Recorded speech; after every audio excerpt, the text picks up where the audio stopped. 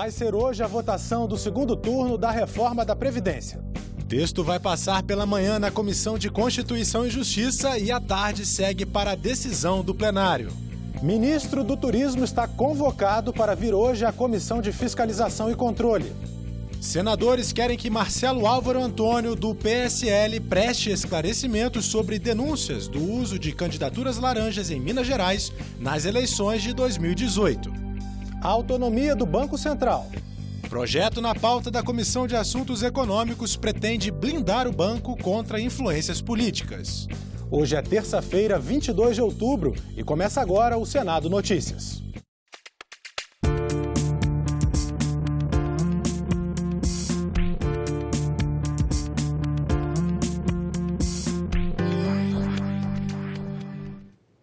Olá, um bom dia para você.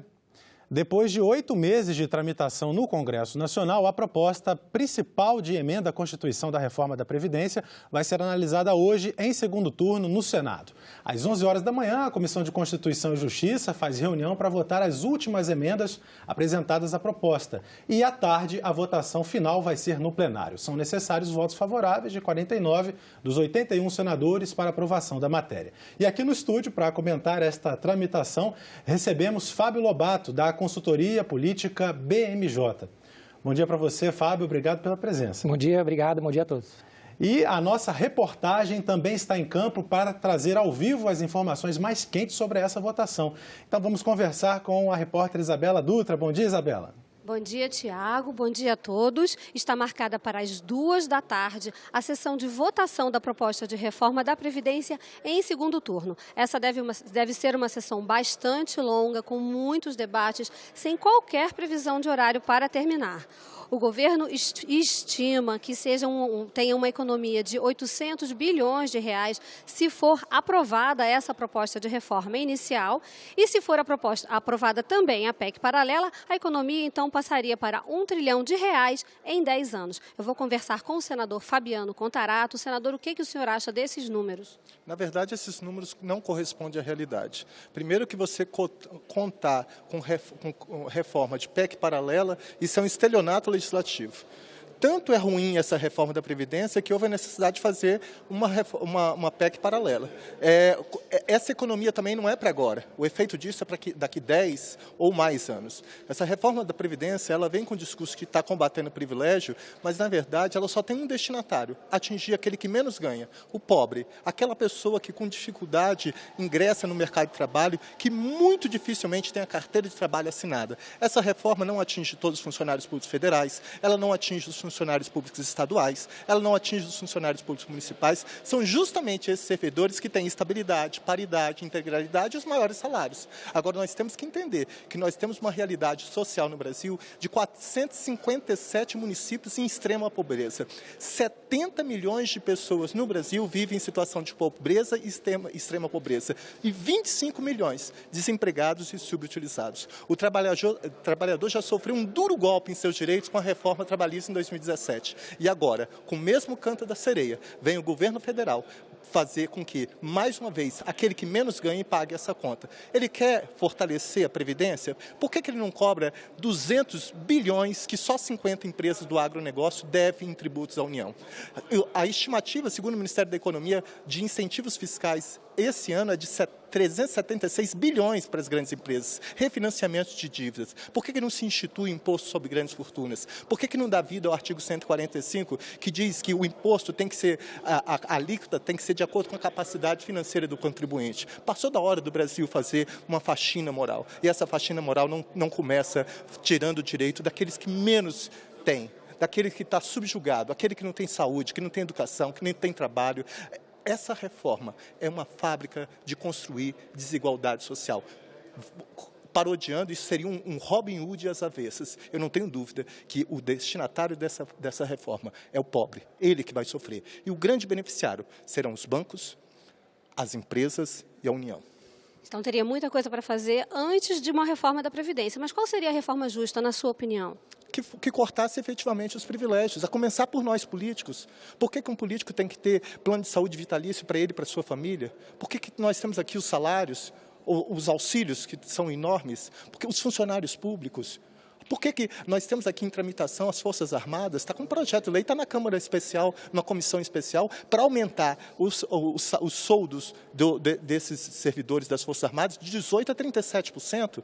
Ora, nós vamos dar incentivos fiscais para as empresas, refinanciar dívidas e agora, na hora de pagar a conta, mais uma vez, o discurso é combater privilégio, mas combater privilégio daquele que ganha um salário mínimo, daquele que não tem oportunidade de trabalho, porque eu tenho estudos que comprovam que em um ano o trabalhador brasileiro na carteira de trabalho, na CTPS, ele não fica 12 meses com a carteira assinada, ele fica de 5 a 8 meses, a 7 meses. Então a probabilidade dele agora ter que contribuir 40 anos para aposentar, isso vai ser uma missão impossível. Ele não vai conseguir aposentar. E infelizmente quem vai pagar essa conta, mais uma vez, é a população brasileira. É você que está nos assistindo, é o trabalhador, é o motorista de ônibus, o cara que trabalha no caixa do supermercado, na padaria, que não tem oportunidade de emprego. É preciso que esse Senado dê uma resposta, seja mais sensível, que ele seja humanizador, humanizar a dor, se colocar na dor do outro, cortar privilégio. Vamos começar por cima e não por baixo, pela base da pirâmide, porque esse sofre com desigualdade.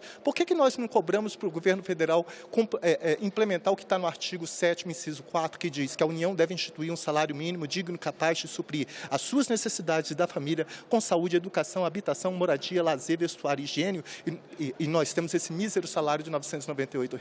Isso é uma vergonha. Eu acho essa PEC da Previdência perversa, porque ela só tem um destinatário, mais uma vez, tirar os poucos direitos daquele que menos ganha no Brasil. Tá certo. Muito obrigada pela entrevista, senador. Um bom dia para o senhor. Tiago. Obrigado, Isabela. Na edição de hoje vamos trazer a opinião de diversas correntes políticas e também dos partidos. Vamos então conversar sobre detalhes da votação com a repórter Dinalva Ferreira. Dinalva, bom dia. Oi, Tiago, bom dia. Olha, na Comissão de Constituição e Justiça, os senadores vão analisar o parecer do relator, senador Tasso Gereissati, sobre as 11 emendas que foram apresentadas depois da votação em primeiro turno. São 3 emendas apresentadas pelo senador Paulo Paim, 6 do senador Jacques Wagner, uma do senador Randolph e uma do líder do governo no Senado, senador Fernando Bezerra. São todas emendas de redação, portanto, elas não mudam substancialmente o texto, até porque nessa fase da tramitação não cabem mais emendas de mérito. Mas os partidos poderão apresentar destaques para retirar pontos do texto em plenário. Cada um dos 15 partidos poderá apresentar um destaque. O Partido dos Trabalhadores, por exemplo, já disse que vai apresentar destaques, vai tentar fazer mudanças no texto, principalmente tentar conseguir regras mais brandas para as aposentadorias especiais, por exemplo, de trabalhadores que exercem funções perigosas como eletricistas e vigilantes e também para pessoas que trabalham em ambientes insalubres, ambientes nocivos à saúde. É isso, Tiago, voltamos com você. Obrigado, Dinalva. Já você volta com outras informações. Obrigado. Fábio, o governo, este ano de 2019, trouxe aqui para o Congresso Nacional a proposta de reforma da Previdência. E passamos aí 8 meses aqui com as duas casas, tanto a Câmara dos Deputados quanto agora o Senado, discutindo essa modificação grande na vida das pessoas. Era realmente necessária fazer essa reforma da Previdência logo nesse momento, 2019? Sim, Tiago, é muito evidente, de acordo com os números do próprio Ministério da Economia, o rombo da Previdência, a falta de sustentabilidade no pagamento de todos esses encargos previdenciários ao longo dos próximos anos. Tudo indica, mais uma vez, com base nos dados do governo, que a cada ano esse montante de dívida aumenta ainda mais. Então, aproveitando que a economia também encontra-se num estado mais sensível, debilitado, essa aprovação da reforma agora e a busca por uma nova legislação a respeito disso faz com que a economia também ganhe um novo impulso, se tudo correr dentro dos conformes. E aí, com relação a isso, a gente consiga, destravar a economia, gerar mais emprego e também atrair mais investimento, que é importante para fazer a economia rodar. Isso que eu ia perguntar. A capacidade de investimento hoje do governo, que é quem geralmente consegue induzir grandes obras, como é que está essa capacidade realmente? Já se recuperou um pouquinho? Continua bastante reduzida, Tiago. O que o governo tem feito muito, é atrair investimentos em que o governo não precise usado sua contrapartida, né? Ou seja, são investimentos diretos e unicamente de fora, né, de entidades privadas. Da iniciativa privada. Exatamente. E quando existe a participação do governo, né, numa PPP, numa parceria público-privada, isso é analisado caso a caso.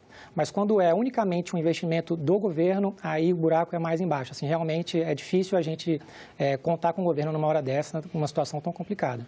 Perfeito. Bom, nós vamos voltar à nossa reportagem. Temos outro parlamentar para dar a opinião dele sobre a votação de hoje. Vamos conversar com a repórter Edinalva Ferreira. Bom dia, Edinalva. Oi, Tiago. Como eu disse agora há pouco, a oposição já disse que vai tentar apresentar destaques em plenário para tentar fazer mudanças no texto. Eu converso agora com o senador Marcos Rogério. Bom dia, senador. Na votação em primeiro turno, a oposição conseguiu aprovar um destaque, que é aquele destaque que retirou 76 bilhões da economia prevista. Como fazer, o que o governo vai se mobilizar dessa vez, como fazer essa mobilização para evitar novas aprovações de destaques? Olha, eu acho que o texto da reforma da Previdência aprovado no primeiro turno é um texto que está maduro, bem dialogado, bem debatido, está pronto para ser deliberado e aprovado. Não acho que caiba, nesse momento, qualquer alteração em relação ao texto, de maneira que venha a desidratar essa proposta. Não adianta fazer uma reforma da Previdência que não enfrente o problema e daqui 3, 4 anos a gente tem que fazer outra reforma da Previdência e viver esse mesmo drama que nós estamos vivendo hoje, colocando servidores atuais e futuros servidores numa linha de preocupação, porque cria um ambiente de insegurança, de ausência de previsibilidade em relação à modelagem. Então, o papel da oposição é esse mesmo, é de fazer esses apelos e esses gestos para tentar modificar, mas o papel daqueles que defendem o governo, mas, sobretudo, não é defender o governo, é defender o país, porque a reforma da Previdência hoje é um tema de interesse nacional, de interesse das finanças públicas, de interesse dos aposentados e dos futuros aposentados. No ano passado, nós tivemos 260 bilhões de déficit na Previdência. Esse ano, a previsão é de 290 bilhões. Aonde vai parar isso? Ou seja, um sistema que é insustentável e é injusto, porque tem privilégios, né? Se nós pegarmos as 4 maiores médias de aposentadorias nacionais, o brasileiro vai ficar tendo dor de barriga em casa. A maior média de aposentadorias do Brasil, Congresso Nacional. E não é só de deputados e senadores, não. Servidores também, Judiciário, média altíssima, Ministério Público, Servidor Público Federal, são as maiores médias, 29, 19, 18 e 8 mil reais. Vai ver a média do trabalhador brasileiro, R$ 1.300. Aonde é que está o problema da Previdência? Então é preciso encarar os fatos. Eu não defendo o privilégio, eu defendo uma reforma da Previdência que garanta sustentabilidade e justiça com quem contribui. Agora, hoje a economia prevista, depois daqui do Senado, a votação no primeiro turno, a economia prevista é de 800 bilhões. Já chegou ao limite? Eu acho que nós ainda temos uma segunda etapa da reforma da Previdência, que além dessa que nós vamos votar no plenário hoje, nós temos a PEC paralela, que inclui estados e municípios, que acho que é fundamental. Não adianta você resolver o problema da União e estados e municípios que têm problemas graves com relação à Previdência, continuar sangrando e daqui a pouco vir pedir socorro à União. Então, com a reforma ampliada, incluindo estados e municípios, a gente deve passar de 1,2, 1,3. Então, eu acho que avança. Agora, dentro daquela média, dentro daquela expectativa que se estabeleceu no início, a reforma que nós estamos aprovando no plenário do Senado Federal está dentro da expectativa real. Claro que buscava-se um pouco mais, mas a expectativa real está sendo atingida, está sendo preservada na reforma da Previdência. No primeiro turno, o texto foi aprovado por 56 votos a 19. Dá para manter, o senhor acha que dá para manter o mesmo placar, senador? Eu acho que dá até para ampliar um pouco, embora tenha alguns senadores que estejam viajando em missão, tem senadores, inclusive, que estão viajando com o próprio presidente Bolsonaro para essa visita à Ásia que ele está fazendo, e são senadores da base, né? Então, a gente está, eu acho que há um clima de consciência e de conforto para a votação, tanto que alguns senadores se permitiram viajar com o próprio presidente da República. Acho que vamos ter um placar, se não igual, talvez um pouco melhor. O importante é aprovar a reforma da Previdência, sinalizar para o país um compromisso com essa agenda de equilíbrio das contas públicas. Agora, a crise no PSL, partido do presidente, pode afetar? Acho que não, isso é uma questão localizada, é uma questão do partido, uma questão interna. Espera-se que isso se resolva o quanto antes, porque não é agradável, é muito desagradável, além de um exemplo muito ruim para o país. É o partido do presidente da República. Mas essa questão interna do PSL não afeta em absolutamente nada a agenda de interesse nacional, a agenda da reforma da Previdência. Senador, muito obrigada. Um bom dia. Voltamos com você, Tiago. Obrigado, Dinalva. Fábio, já a gente comenta sobre a implicação no mercado, né, para a economia brasileira, como é que o mercado está reagindo, mas vamos ver uma reportagem antes. A fixação de uma idade mínima maior do que a atual para se aposentar e o fim da aposentadoria por tempo de contribuição são os principais pontos da PEC da reforma da Previdência. O texto também eleva as alíquotas de contribuição para quem ganha acima do teto do INSS e estabelece regras de transição para os trabalhadores em atividade. A expectativa é que, se aprovada sem alterações, a promulgação da PEC já possa ocorrer em breve, em sessão conjunta do Congresso Nacional. Foram 3 sessões de discussão da matéria em plenário antes da votação em segundo turno. A proposta recebeu 11 emendas após a votação em primeiro turno. Recolhi aqui assinaturas e apresentei 6 destaques. E, claro, depois vamos ter o debate, 6 emendas supressivas, que é o que é possível. Mas depois vamos ter o debate do destaque, que é aquele possível na votação final aqui no plenário. O texto que vai ser votado pelo Senado mantém os pontos principais do que foi aprovado pelos deputados. Idade mínima de aposentadoria de 65 anos para homens e 62 para mulheres, tanto na iniciativa privada quanto para servidores públicos. Tempo mínimo de contribuição no setor privado de 15 anos para mulheres e 20 anos para homens. Para os que já estão no mercado de trabalho, o tempo é de 15 anos. No funcionalismo público, o tempo de contribuição é de 25 anos para homens e mulheres. O texto também aumenta as alíquotas de contribuição para quem ganha acima do teto do INSS, e estabelece regras de transição para os atuais assalariados.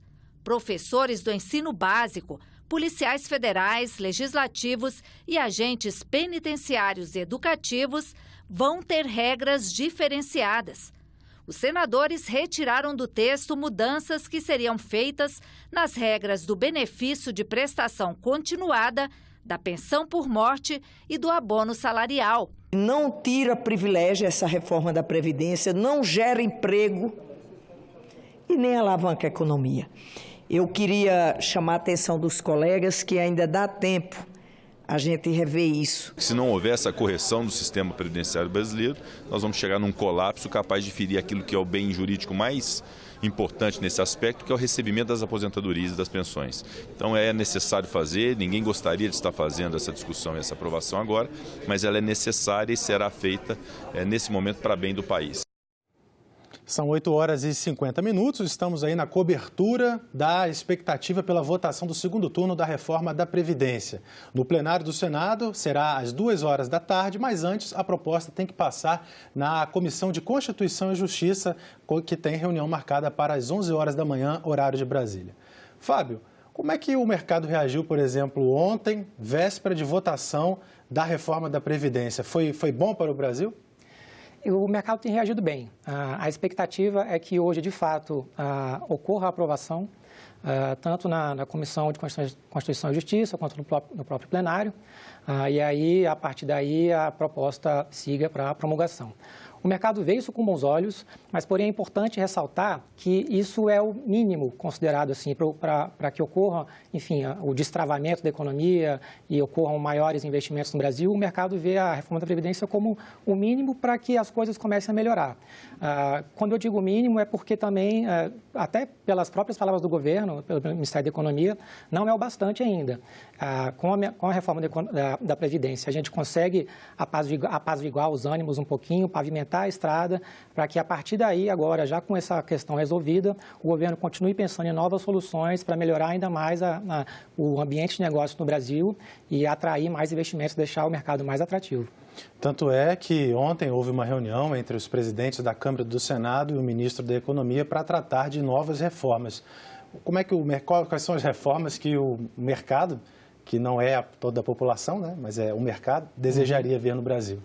Bom, tem as reformas que a gente já tem falado bastante, que é a própria reforma tributária, a reforma administrativa, tem uma PEC DDD, que tem esse apelido, né, que é para desobrigar, desindexar e desvincular as receitas públicas, deixar o orçamento um pouquinho mais solto na mão do governo. Então, essas reformas continuam sendo esperadas. E como você falou, teve essa reunião ontem e o governo continua tentando melhorar ainda mais a interlocução com o Congresso, tanto que tem outra reunião, como a que foi realizada ontem, já agendada para a semana que vem, e a gente espera que a partir da semana que vem, ao final dessa reunião, e já com a Previdência aprovada, o governo anuncie quais serão, de fato, as próximas medidas no curto prazo. Agora, Fábio, no primeiro turno foi aprovado aqui no Senado um destaque que retirou da proposta as mudanças que seriam feitas no abono salarial, né?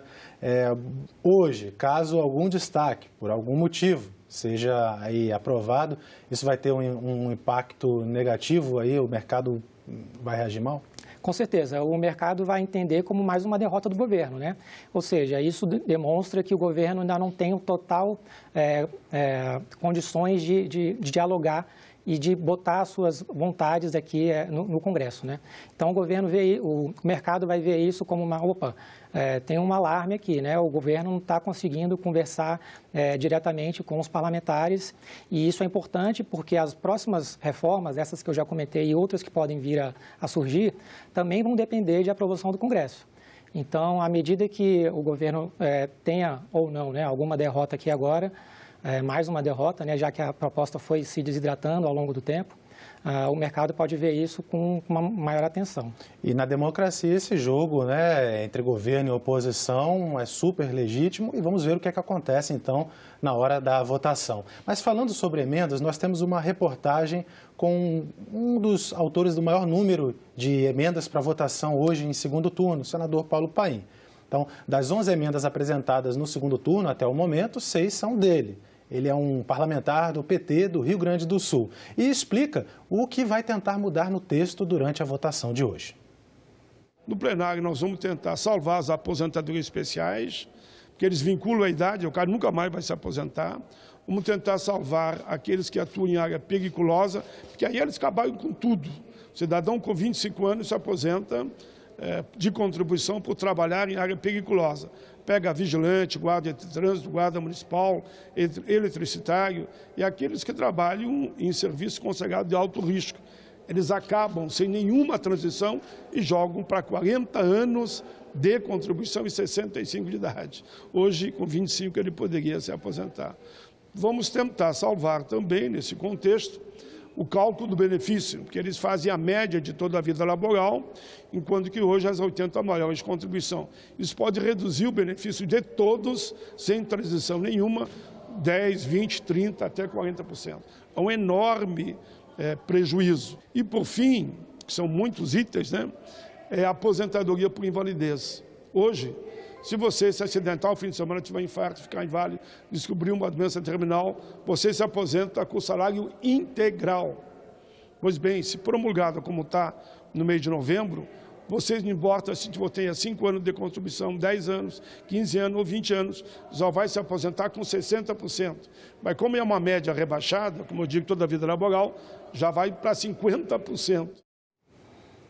Fábio, uma das críticas que partidos de oposição fazem à reforma da Previdência é que ela vai retirar de imediato recursos em municípios pequenos, aqueles municípios que a gente conhece que vivem praticamente da aposentadoria, do dinheiro que circula e sai da aposentadoria das pessoas. Como é que se pode resolver isso, então, para que a economia não tenha um desaquecimento? Bom, a gente vai ter que ver como é que vai ficar a questão da PEC paralela, que essa sim atinge, né, a Previdência de estados e municípios. À medida que essa PEC for tramitando e evoluindo aqui no Senado e depois na Câmara, a gente vai ver até que ponto ela vai atingir essas pessoas, como você falou, que de fato são pessoas que injetam muito, ativam a economia em municípios pequenos, mas tudo vai depender de fato da PEC paralela e vamos ver como é que vai ser a aceitação aqui dentro. Tá certo. Nós vamos dar uma pequena pausa no assunto reforma da Previdência, porque, além dela, nós temos hoje aqui outras reuniões de outras comissões, assuntos muito importantes. Por exemplo, o ministro do Turismo, Marcelo Álvaro Antônio, deve comparecer hoje ao Senado em reunião da Comissão de Transparência, Fiscalização e Controle. Daqui a pouquinho, a reunião está marcada para as 9 horas da manhã para explicar denúncias sobre candidaturas laranja nas eleições do ano passado, quando ele era presidente do PSL em Minas Gerais. O ministro Marcelo Álvaro Antônio foi convocado pela Comissão de Transparência, Fiscalização e Controle para explicar denúncias de uso de candidaturas laranja para desvio de recursos eleitorais na campanha de 2018. Os notórios acontecimentos dariam conta que em nenhum outro governo ele poderia continuar como ministro do Turismo. Mas aí a escolha pessoal do presidente da República. Mas as explicações sobre os procedimentos deles, sobre os acontecimentos na campanha eleitoral do PSL em Minas Gerais, sobre a atividade dele no Ministério do Turismo, isto sim é dar conta e é dos interesses da nação e é dos interesses e é obrigação dessa comissão pedir os esclarecimentos necessários. Diferente do convite de autoridades, a convocação não pode ser recusada. Em março deste ano, o ministro, que é presidente licenciado do PSL em Minas Gerais, já tinha sido convidado a ir na comissão. Como ele não compareceu, o convite virou convocação. Desde abril, aqui o primeiro registro que eu tenho é o início de abril, 8 de abril, se fala na necessidade de se ter o ministro do Turismo sentado aqui nesta comissão para prestar informações. Então, assim foi feito, de uma maneira cordial, um convite, que não houve o comparecimento, depois um pedido, um requerimento para que se transformasse em uma convocação, que depois voltou a ser um convite e por 4 vezes foi adiado. Sendo que a última foi uma convocação transformada no convite para que comparecesse no dia 1º de outubro deste mês.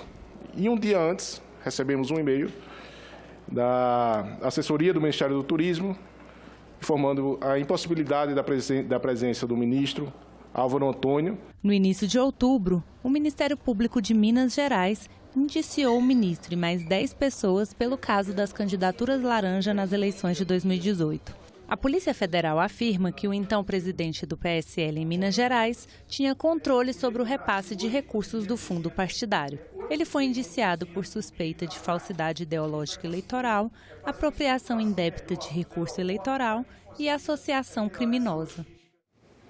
Com 12 itens na pauta, a Comissão de Infraestrutura se reúne hoje às 11 horas da manhã. Um dos projetos garante um prazo de fornecimento de água e esgoto para quem estiver inadimplente. O projeto prevê um prazo de carência de 90 dias entre a inadimplência e a interrupção completa da prestação dos serviços de água e esgoto, mas o benefício só vai valer para os usuários residenciais. O texto inicial do projeto previa um fornecimento mínimo de 20 litros de água diariamente para o morador durante o período de carência. O parecer do relator, senador Everton, é favorável à matéria, mas ele quer ampliar a cota para 50 litros por morador. O objetivo é garantir o abastecimento suficiente para a sobrevivência da família até a quitação da dívida. A comunicação imediata é, sem dúvida, uma conquista da tecnologia, mas a velocidade das notícias nem sempre permite o tempo necessário para verificar se a informação recebida e muitas vezes passada adiante é verdadeira ou falsa. O que fazer com as notícias falsas, as chamadas fake news, que circulam livremente pelas redes sociais? A comissão mista que investiga essa ameaça do mundo moderno faz hoje, à tarde, mais uma audiência pública interativa sobre a disseminação de notícias falsas e o assédio virtual. As eleições do ano passado multiplicaram as ocorrências de um fenômeno do qual ninguém consegue escapar: as falsas notícias ou fake news. Na vida privada, as mentiras espalhadas via internet causam prejuízos difíceis de serem calculados, como o aliciamento de crianças para crimes de ódio e suicídio. Na vida de um país, as consequências para a democracia e o debate público são assustadoras. Para investigar as origens e o que fazer diante das fake news, senadores e deputados instalaram uma comissão mista parlamentar de inquérito. Que tipo de tema seria capaz de reunir numa mesma sala, diante de deputados e senadores, um doutor em filosofia, um professor de direito eletrônico, um jornalista investigativo e um general de divisão? Esses são os convidados da CPI das Fake News, que começa 1h da tarde e você assiste aqui na TV Senado, senado.leg.br/TV. Participe também pelo telefone 0800 61 2211 ou através da internet, senado.leg.br/e-cidadania. E hoje também se reúne a Comissão de Assuntos Econômicos. Na pauta está um projeto que prevê a autonomia do Banco Central. Agora vamos voltar a falar da reforma da Previdência. A PEC principal da reforma foi aprovada em primeiro turno no plenário do Senado no início de outubro, com 56 votos a favor e 19 contra. Para a aprovação de uma proposta de emenda à Constituição, que é o caso da reforma da Previdência, são necessários pelo menos 49 votos favoráveis. Com a reforma, o governo espera reduzir o rombo nas contas públicas. A economia prevista, como falamos, é de 800 bilhões de reais em 10 anos. E a mobilização dos senadores foi grande desde que a PEC da Previdência chegou ao Congresso no dia 21 de fevereiro, há 8 meses, portanto. Desde então, foram realizadas algumas atividades. Vamos, então, conferir aqui no nosso telão o que ocorreu aqui no Senado desde a chegada da reforma. Por exemplo, Fábio, a Comissão de Assuntos Econômicos fez 2 audiências públicas, né? A Previdência é essencial que passe pela análise daqueles senadores que se debruçam sobre a economia. Com certeza. Esse debate é fundamental e essencial, não só para gerar o debate entre os próprios senadores, como também para ouvir a população, ouvir outros especialistas na área. Então, isso é fundamental. 2 audiências públicas seriam suficientes para tratar do assunto? Eu acredito que sim. A gente já teve outros debates também na Câmara, antes de chegar aqui no Senado. Então, eu acho que o assunto já estava muito na ponta da língua de todo mundo já estava conversando a respeito disso. Então, eu acredito que tenha sido bastante, sim, para, enfim, sanar as dúvidas e melhorar, enriquecer ainda mais o debate. Vamos para a próxima tela, então. Vamos acompanhar aqui o que nós temos. Comissão de Constituição e Justiça. A PEC parece que estava sempre lá, né? Foram 8 audiências públicas realizadas, além dessas votações mais decisivas.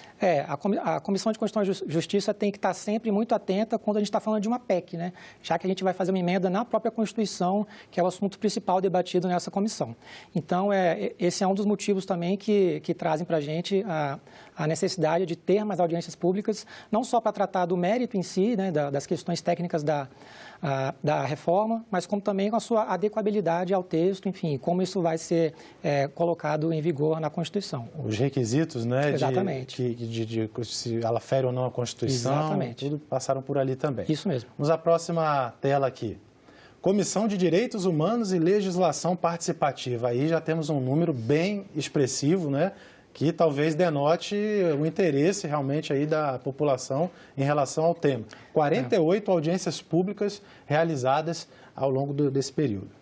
Isso demonstra que a população estava interessada no assunto e usou dessa forma para participar do debate, e o que é totalmente democrático e super válido.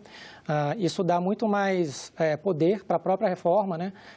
Agora a gente pode dizer que sim, a população foi ouvida, os especialistas foram ouvidos, então isso traz força para a tramitação da reforma. E a nossa última tela que nós preparamos aqui, ela vai tratar da Comissão Especial de Acompanhamento da Reforma da Previdência, né? Então, o Senado teve uma comissão, lá na Câmara também houve uma comissão especial para votação no início. O Senado já, desde que a reforma chegou aqui ao Congresso Nacional, a PEC da reforma chegou, também se mobilizou para já ir trabalhando o assunto.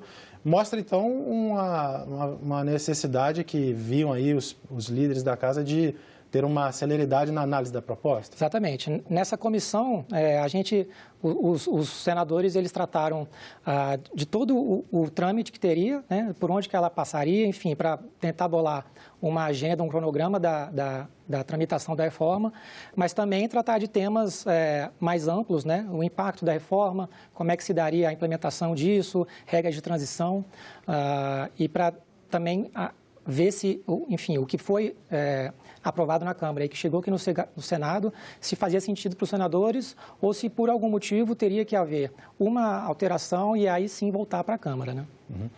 Vamos então ver agora, Fábio, o que muda no bolso do trabalhador caso a reforma da Previdência seja aprovada. Uma das grandes mudanças na reforma da Previdência é a maneira de calcular o valor da contribuição ao INSS do trabalhador do setor privado. Veja como está esse ponto no texto que está sendo analisado pelo Senado. Se você é um trabalhador com carteira assinada, veja como a reforma da Previdência vai alterar o desconto do INSS sobre o seu salário. Uma tabela gradativa de alíquotas vai substituir a atual. Para quem ganha menos, a contribuição será menor. À medida que o salário aumenta, o desconto fica maior. Por exemplo, hoje, se você ganha um salário mínimo, 8% vão para a Previdência. Com a reforma, esse percentual cai para 7,5%. Por outro lado, se hoje você ganha o teto da Previdência, o que você paga vai subir de 11% para 11,68%.